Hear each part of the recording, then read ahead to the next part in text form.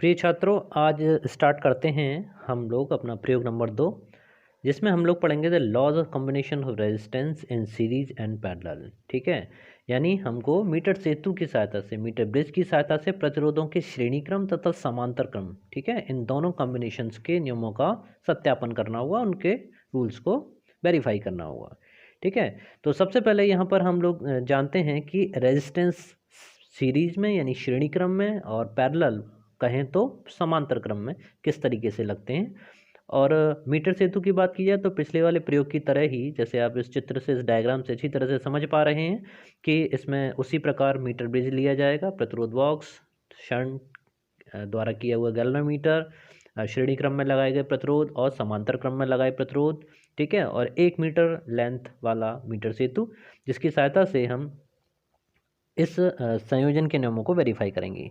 ठीक है, उससे पहले भी हम लोग ये जान लें कि सीरीज का मतलब क्या होता है, किस तरीके से रेजिस्टेंस श्रेणी क्रम में कहलाते हैं या समांतर क्रम में कहलाते हैं। ठीक है, तो वाइवा के पॉइंट ऑफ व्यू से आपको बहुत अच्छी तरह से जानना आवश्यक है कि कब जो रेजिस्टेंस हैं, जो प्रतिरोध हैं, वो आपकी श्रेणी क्रम में कहे जाते हैं और कब समांतर क्रम में कहे जाते हैं। तो इसमें आप चित्र द्वारा स्पष्ट है आपको कि ये आपको दिखाई दे रहा है। ठीक है, एक रेजिस्टेंस ये लगा हुआ है, इसको हम कहते हैं R1 है। ठीक है, और ये दूसरा रेजिस्टेंस आपका R2 है।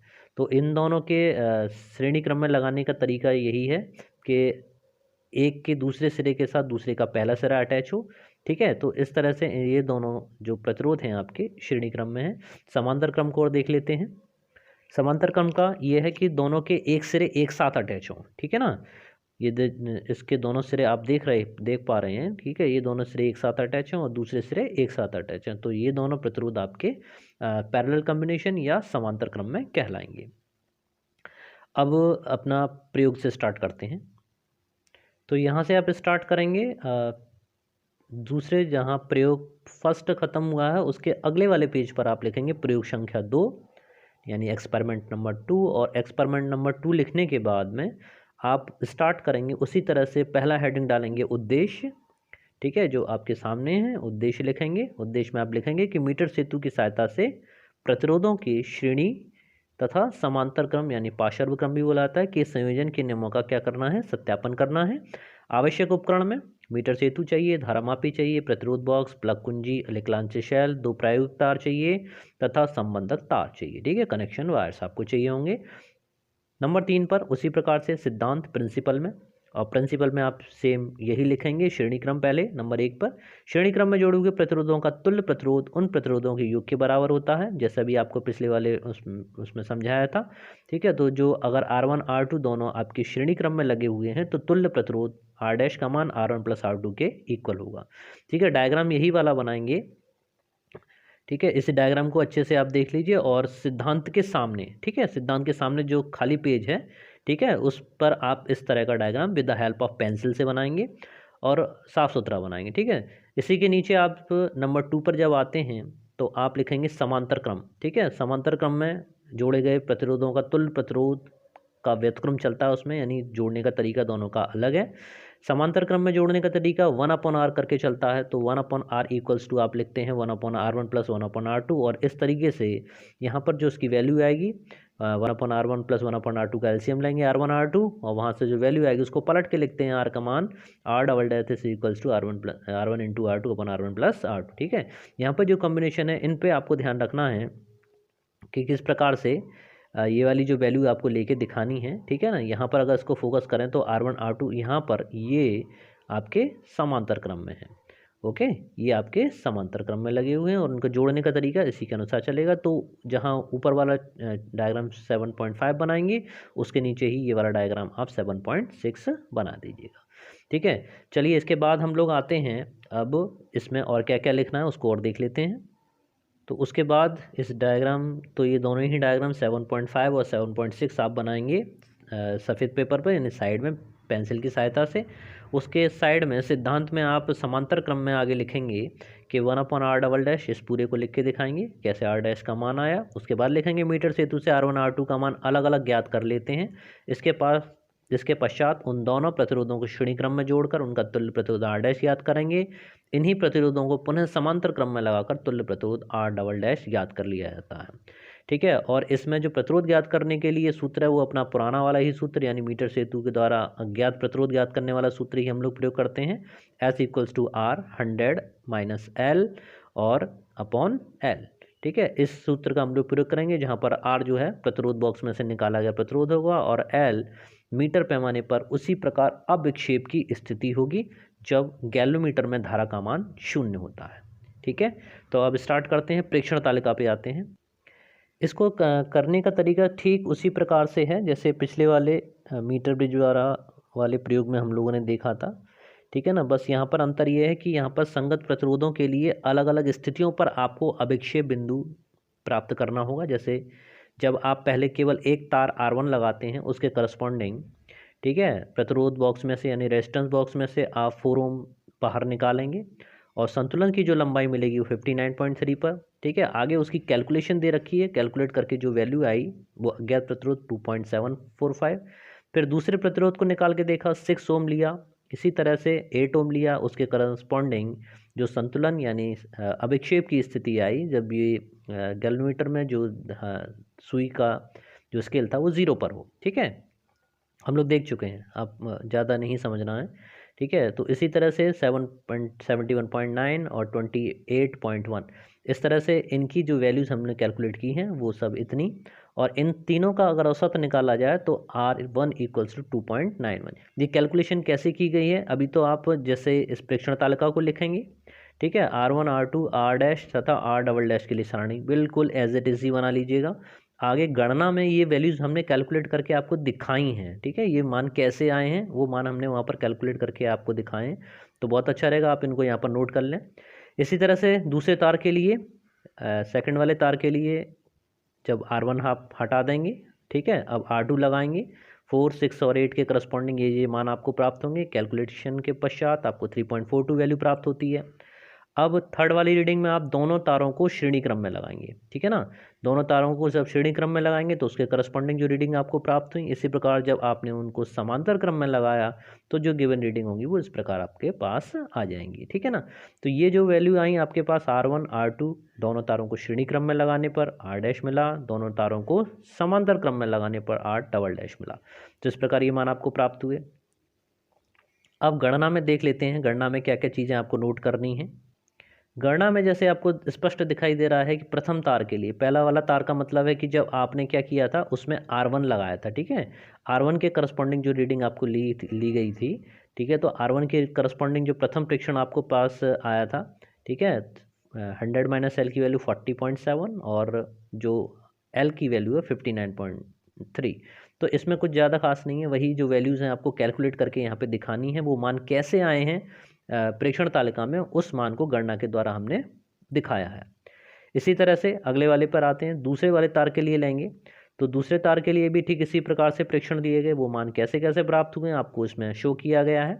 ठीक है, ये वीडियो जल्दी जल्दी बता रहे हैं जिससे कि आपका काम समय से जल्दी से पूरा कर सकें। परीक्षाएं निकट हैं, कोशिश कीजिएगा सभी बच्चे साफ़ सुथरी राइटिंग में, अच्छी राइटिंग में, सुंदर लेख में, अच्छे डायग्राम के साथ फाइलें बनाएं। ठीक है, इसी तरह से श्रेणी क्रम में जब संयोजन लगा हुआ है तब जो प्रेक्षण तालिका है उसमें जो रीडिंग्स आपको मिली हैं, प्रथम प्रेक्षण के लिए जो 5.65 आपको दिखाई दिया था पीछे टेबल में, ठीक है, जो सारणी मिली है उसी सारणी का ये आप समझ लीजिए कि उसको कैलकुलेट करके आपने यहाँ पे उसको शो किया है। ठीक है, हमने उसको शो करके आपको दिखा दिया कि वो मान आपको कैसे प्राप्त हुआ है। ठीक है, इसी तरह से जब श्रेणी क्रम में, अब यहाँ पर थोड़ा समझना है कि ये वाला जो मान आप ले रहे हैं एक्सपेरिमेंटल ले रहे हैं। ठीक है ना, इसके बाद इसी प्रकार से समांतर क्रम संयोजन में तुल्य धारिता तुल्य प्रतिरोध आप इस प्रकार निकालेंगे, प्रथम प्रेक्षण से मान, द्वितीय प्रेक्षण से मान। यहाँ पर एक चीज़ और आप फोकस करने की ये है कि आप जब समांतर क्रम में लगा रहे हैं तो R डैश का मान देख रहे हो कितना कम आ रहा है, 1.442। ठीक है, 442 आ रहा है। ठीक है ना, इसी तरह से द्वितीय प्रेक्षण में 1.653 आ रहा है, तृतीय में 1.73 और आना भी चाहिए। क्यों? क्योंकि जब हम पैरेलल में प्रतिरोधों को लगाते हैं तब उसके मान कम हो जाते हैं। ठीक है, जैसे एक एग्जांपल से अगर आप समझना चाहें तो 2 ओम के 2 ओम का प्रतिरोध यहाँ लगा हुआ हो, 2 ओम का प्रतिरोध ये लगा हुआ है। ठीक है, अगर श्रेणी क्रम में आप जोड़ते हैं तो उसका टोटल कितना होता है, 4 होता है। ठीक है। 2+2 कितना होगा, 4 होगा। वहीं पर अगर से आप समांतर क्रम के तरीके से जोड़ेंगे तो 1/2 करके जोड़ेंगे, 1/2 + 1/2 तो कितना आ जाएगा आपके पास में 1 मिलेगा। तो जाहिर सी बात है, सिंपल है कि जब भी हम समांतर क्रम में लगाते हैं तो प्रतिरोधों का मान कम प्राप्त होता है, और जब हम उनको श्रेणी क्रम में लगाते हैं तो उनका प्रतिरोधों का मान अधिक प्राप्त होता है। ठीक है, तो इस तरह से प्रेक्षण तालिका में दी गई रीडिंग्स ये थी। अब इसके बाद अगर हम उनको जोड़ें, ठीक है, गणना द्वारा अगर तुल्य प्रतिरोध निकाला जाए तो उन दोनों के जो मान आपको R1 R2 अलग अलग प्राप्त हुए थे वो कितने प्राप्त हुए, 2.91 + 3.42। इनको आप सीधे सीधे ऐड करते हैं तो 6.33 प्राप्त होता है। समांतर क्रम में अगर केवल कैलकुलेशन के द्वारा उसका मान निकाल के देखें तो 1.52 प्राप्त होता है। ठीक है, अब एक सारणी और देखिए, इसके बाद एक टेबल और बना रखी है। उस टेबल के द्वारा हम देखेंगे कि हमने जो प्रयोग किया उसके द्वारा कितना मान प्राप्त हुआ, और जो गणना द्वारा जो मान प्राप्त हुआ वो कितना था, और इन दोनों में कितना डिफरेंस था। ये वाली सारणी बहुत इंपॉर्टेंट है। ठीक है ना, तो संयोजन, और ये जैसे जैसे ये पिक्चर्स आप देख रहे हैं, जिस क्रम में हम लोग आगे बढ़ रहे हैं, ठीक इसी क्रम में आपको फाइल के अंदर आपको प्रैक्टिकल को नोट करना है। तो सबसे लास्ट में जो परिणाम आएगा, परिणाम में आपको ये वाली सारणी आपको दिखानी है भाई। ठीक है ना, तो परिणाम से ठीक पहले ये सारणी आप बना लीजिएगा, और उसमें इसी तरह से बॉक्स बने होंगे। तो श्रेणी क्रम में जब प्रयोगों द्वारा प्राप्त प्रतिरोध कितना था, 5.42, जबकि कैलकुलेशन हम कर रहे हैं तो उसके द्वारा वैल्यू आ रही है 6.33। दोनों में कितना डिफरेंस है, 0.9 का अंतर है। ठीक है, बिल्कुल exact same to same value नहीं आ सकती, ठीक है ना, क्योंकि थोड़ी बहुत तो कमी रहती है, थोड़ी बहुत कहीं ना कहीं कोई त्रुटि रह जाती है। अब समांतर क्रम में जब आप लगा रहे हैं तो वैल्यू आ रही है प्रयोग के द्वारा, यानी एक्सपेरिमेंटल वैल्यू आ रही है 1.609, और आफ्टर द कैलकुलेशन वैल्यू आ रही है 1.572। ठीक है, दोनों डिफरेंस कितना, 0.037 का। ठीक है, तो आने दीजिए, ये हमारा डिफरेंस हो गया। अब इसके ऊपर आपको एक चीज़ और लिखनी होगी, वो मैं बोले देता हूँ। परिणाम में आप लिखेंगे, परिणाम में नोट कर लीजिए क्या लिखना है रिजल्ट में। अब वो रिजल्ट कहाँ लिखेंगे, इस टेबल के बाद लिखना। ठीक है, इस टेबल के नीचे लिखेंगे, वो छूट गया है, तो इस टेबल के बाद में आप लिखेंगे परिणाम में, रिजल्ट में। ठीक है, रिजल्ट में आप लिखें प्रायोगिक त्रुटि की सीमा में, प्रायोगिक त्रुटि की सीमा में प्रयोग द्वारा तथा गणना द्वारा प्राप्त तुल्य प्रतिरोध लगभग बराबर हैं। लगभग बराबर हैं, लगभग बराबर क्यों कह रहे हैं, क्योंकि यहाँ पर जो अंतर दिखाई दे रहा है, एक में केवल 0.9 का, एक में अंतर 0.037 का, तो ये जो वैल्यूज़ हैं वो लगभग कैसी हैं, आपस में बराबर हैं। कौन कौन सी, ये दोनों वैल्यूज़। ठीक है ना, तो अतः प्रतिरोधों के संयोग के नियम सत्य हैं, ये आप लिख के देंगे परिणाम में।